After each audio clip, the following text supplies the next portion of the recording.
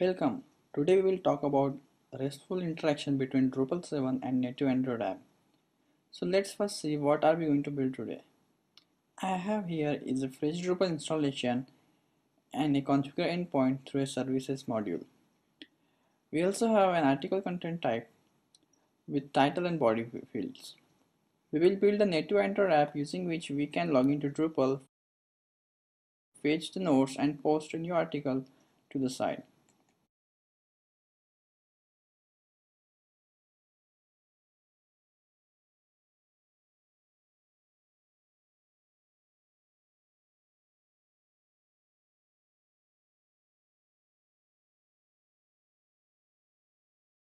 There are good amount of online tutorials which can help you understand REST, its basic design principles and different HTTP methods.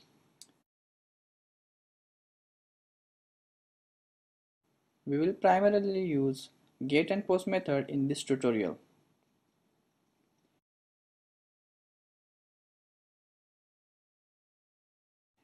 Here we have the services module installed.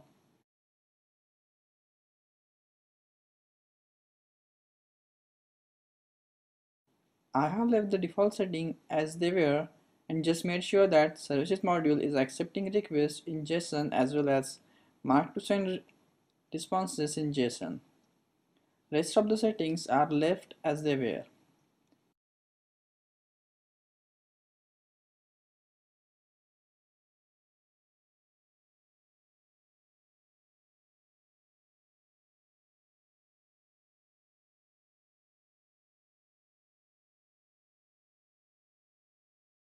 So let's now use a Postman, which is a Chrome extension to test REST endpoint.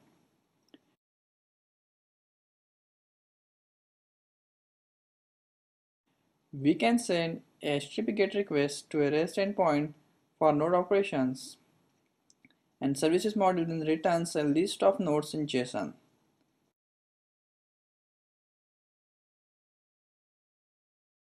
This is the same output that we get when browser makes a similar request. Now to log into Drupal, we use the different endpoint. This time we need to choose the HTTP post method instead HTTP GET. In order to log in, we send the username and password of a Drupal account in JSON.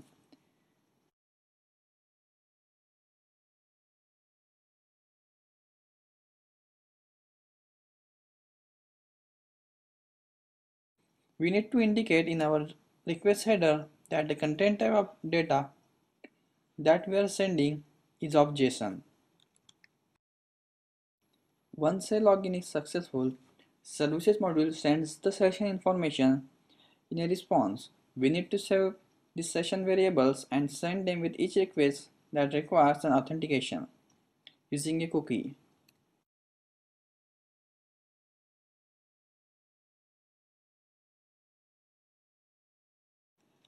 Now we build a request to add a node, and in that request we set the cookie as session name equal to session ID.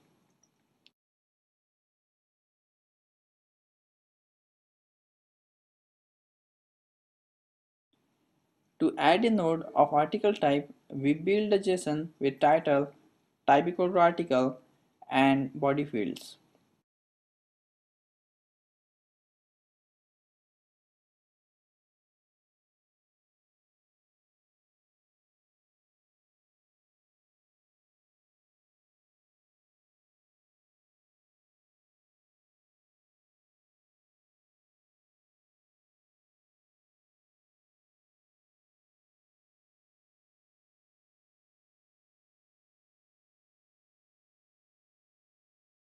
We can find out the structure of JSON that we need by looking at the existing response of a service endpoint for a particular node.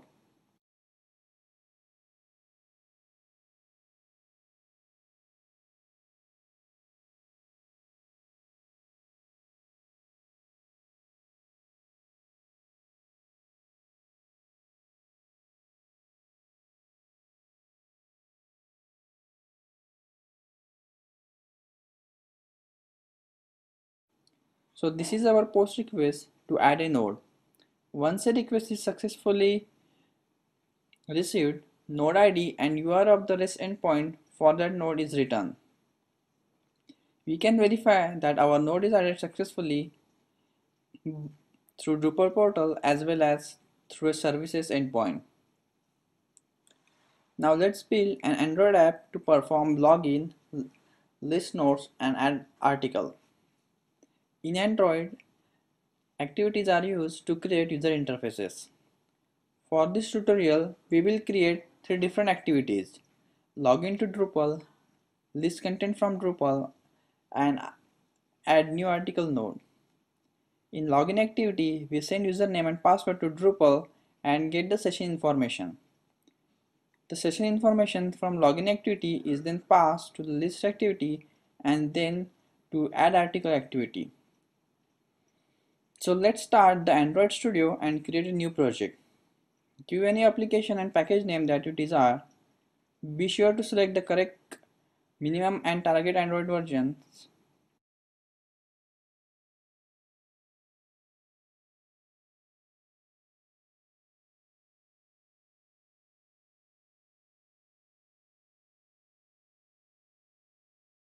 There are different types of activities to choose from, but let's start from scratch by selecting a blank activity. Give activity a name and keep navigation type to none.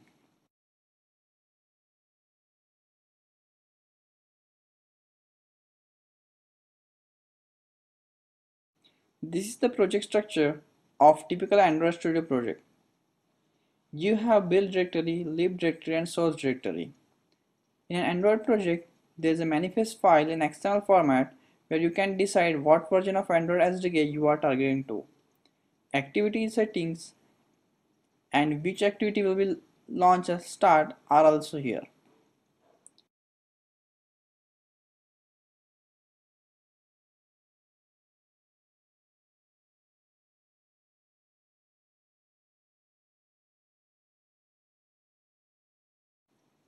We'll write application logic code in Java class files while we write the UI code in XML in respective resource files.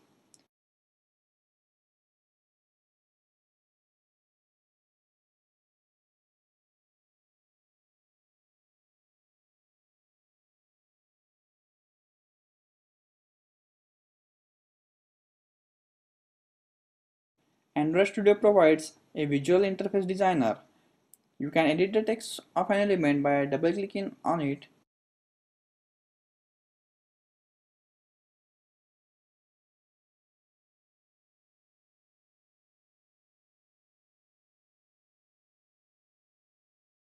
There are different layouts that we can use, but for this activity let's use the linear layout with vertical orientation.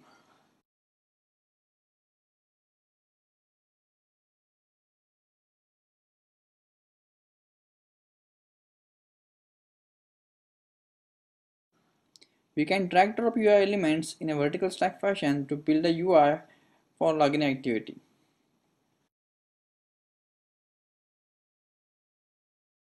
Change the background color of the text box from the property panel on the right hand side. Similarly, let us add the rest of the UI elements.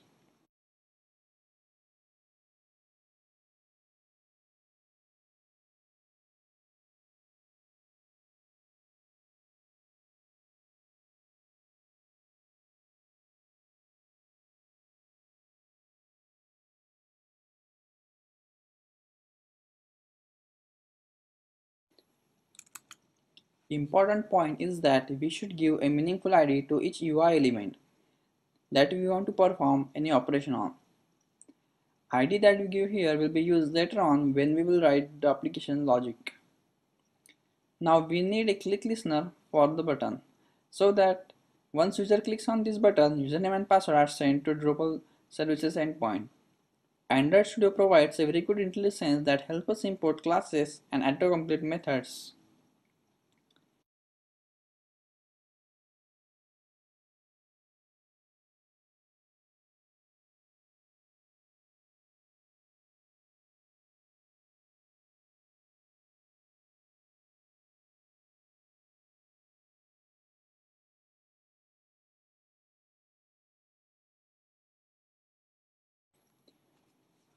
We wrote the function but haven't yet told Android to attach it to click event of our login button.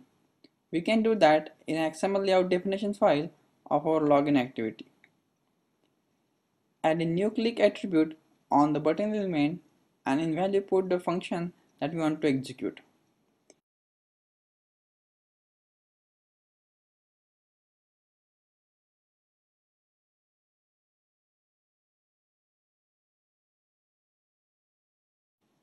Once the button is clicked, we will send the login credential to Drupal. Android requires us to use a background threads to perform network operation, and simple background tasks can be created using SDK's AsyncTask class.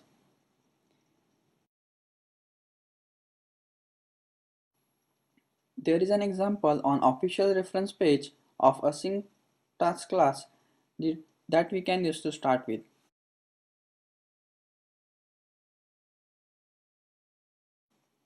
So I have pasted the code. Let us clean it up and add the required dependencies.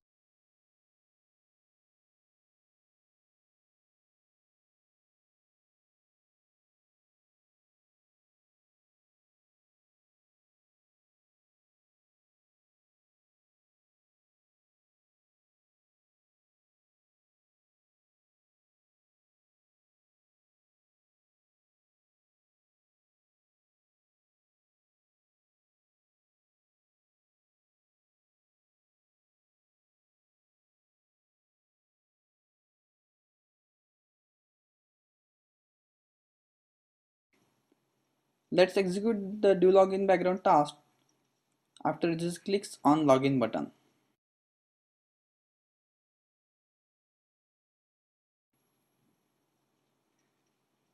Now in this barebone class we want to add code to send the HTTP post request with username password in JSON. We can use the HTTP client class for the same.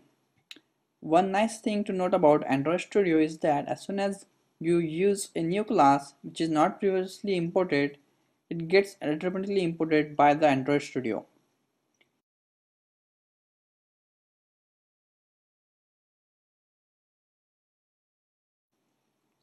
Now we need to create HTTP post request and use the same service endpoint that we used previously to log in.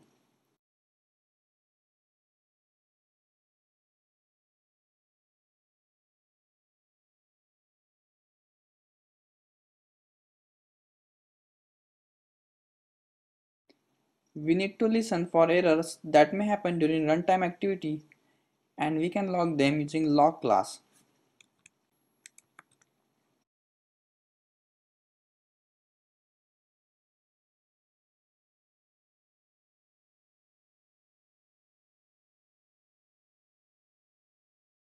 In order to read the username and password from UI thread, we need to find their view by specifying the IDs that we gave while we created them.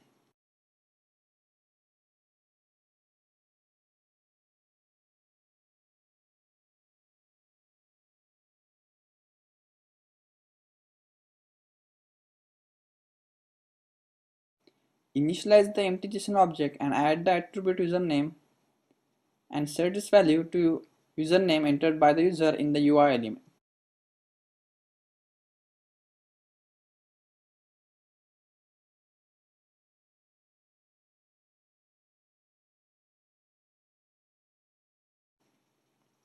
We do similar for the password.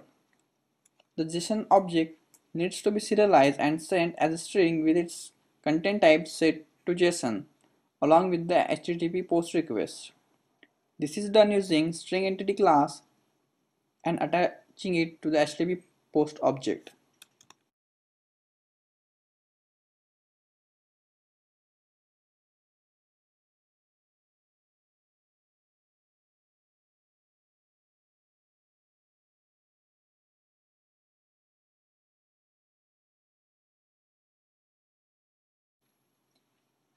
HTTP response class is used to store the response of the request. We know that once a response is received, we get the session name and session ID variables in JSON.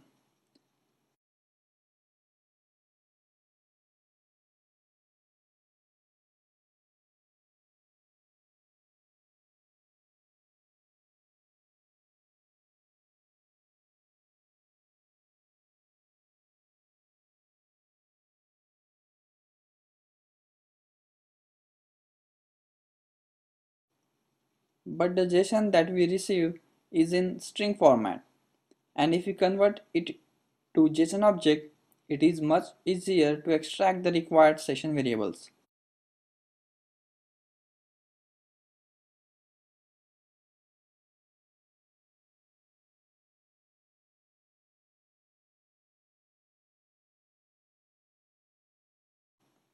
Let's store the received session name and session ID variables in a variable that are accessible to other methods.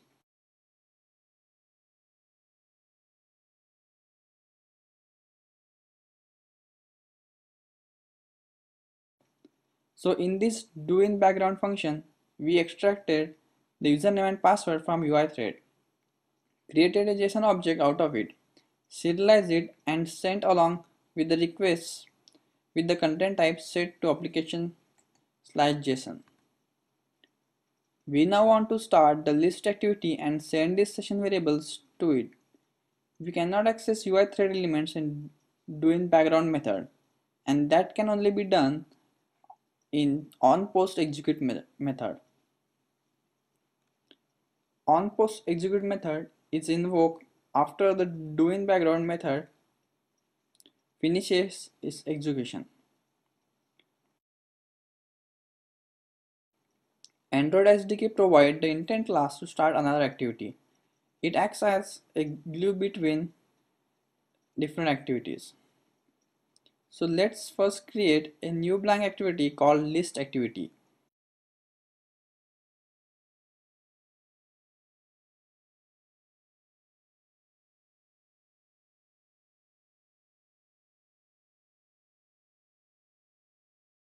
And use the intent class to start the list activity and pass the session variables. Although list activity does not need the session information to retrieve the nodes from Drupal site, we need this information in add article activity, which should be started after we click on add button on the list activity.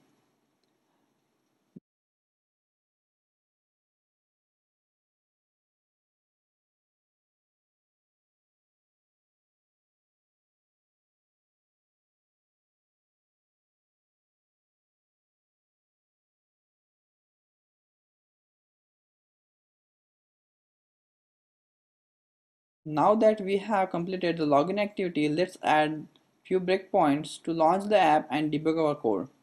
Android Studio provides an excellent debugger to inspect the code and program state, which helps discover and correct error easily. When you launch the application, you can either create a virtual Android device or run on your physical Android device. Android Emulator lets you run and test your application on a variety of devices.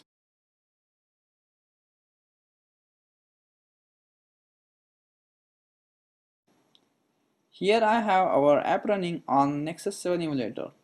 Since I have added the breakpoint in the click listener of login button, after I click on the button, Debugger has paused on the breakpoint showing the current state of the program. There are tabs to view log messages and console statements. Using the step over command, you can step through each line one by one and see output of execution of your program at each step. You can hover your mouse over a variable to read its current value. You can also inspect values of variable in scope or add your own watch. Now after I executed the HTTP post request, we received the error saying that we do not have permission to access the internet. In order to solve this, we need to go to Android manifest.xml file and tell Android that we require permission to access the internet. These are the same permission that you see when you install your app from App Store.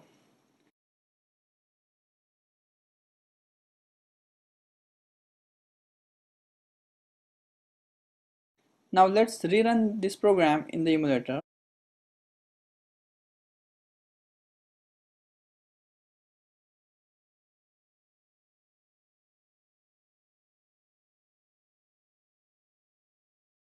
This time our request was successful.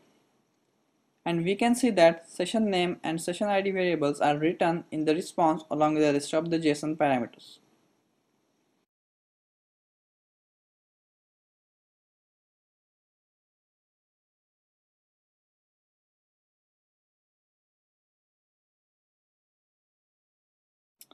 After the doInBackground function finishes its execution, onPostExecute function is called.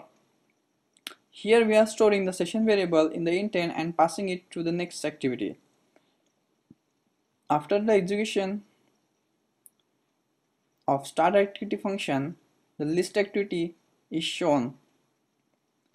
Let's add the UI element on list activity, but before that change its layout to linear layout. Add the labels and the list view control to show the nodes from the Drupal site, and a button to start new activity to add the article node.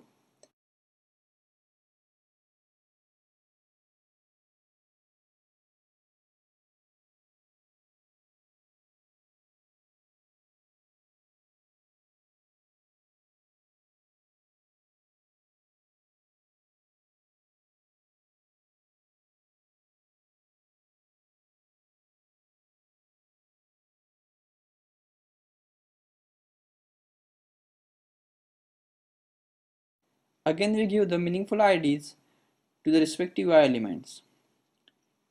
Add the click listener for the add article button.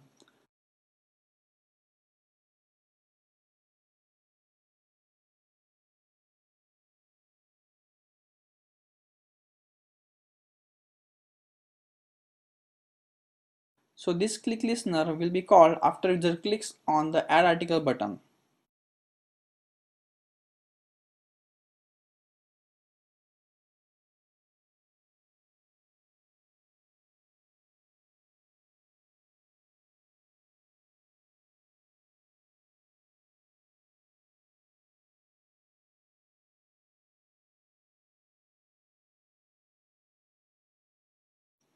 Now we need to fetch the items from Drupal services endpoint. I will paste the code that I wrote in advance and also paste the import statements.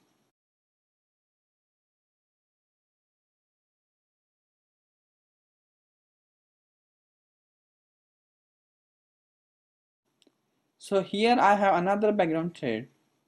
We again create the HTTP client, but this time use the HTTP GET method to fetch the nodes in JSON. The return JSON is converted to JSON array and passed to the onPostExecute method. There we iterate over each item in JSON array and add those items to list view using arrayAdapter class.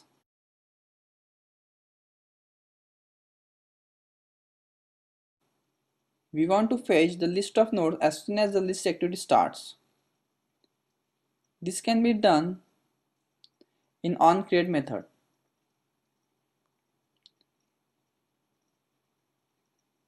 Now let us test our progress so far. Now after I log in, I get the list of nodes on the Drupal site in this list view. These nodes are read from the same services endpoint.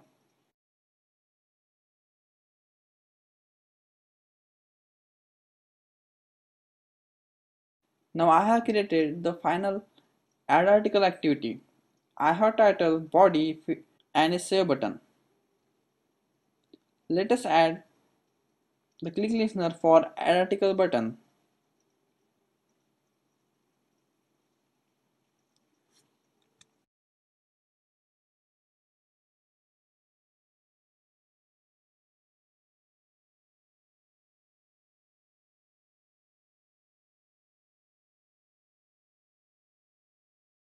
Now after user clicks on the save article button, we want to save the node in the Drupal database.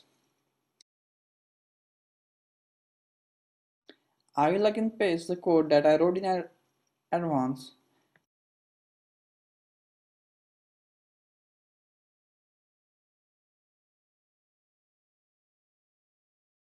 To add the article node, we need to send the session information in the cookie.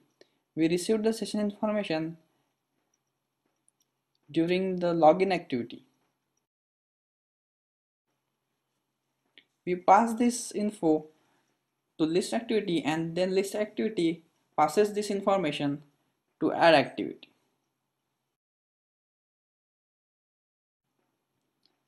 We read the title and body fields from UI thread, create a JSON object out of it. Since I am writing a raw JSON, I can directly pass it to the string entity, but it is best to use the JSON object to manually add the attributes.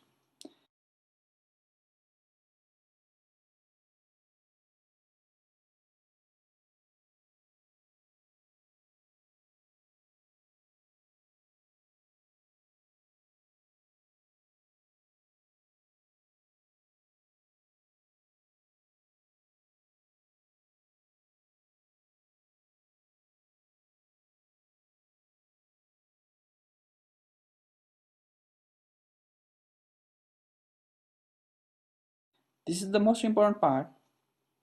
We need to set the cookie in HTTP post request. We set cookie as session name equal to session ID. Since there is a bug in the batch API, we check if JavaScript is enabled or not before making a form submission. We need to add another cookie has_js equal to 1. After we execute, the request of our node will be posted to Drupal. Now let us invoke add article background task after user clicks on add article button.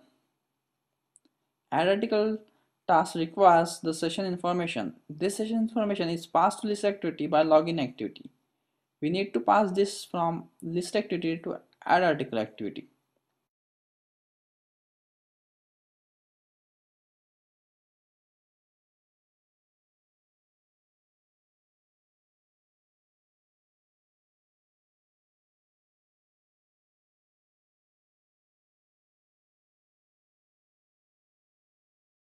Bundle class provides a way to read this information passed through the intent.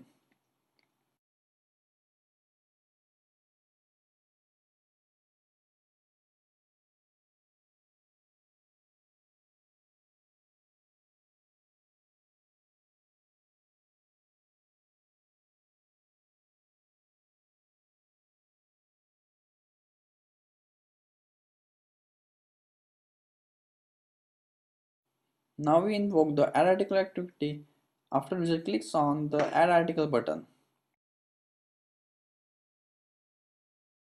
We read the session information in add article activity and pass it to the add article background task as parameters. This completes our demo app. So now let's do a final run.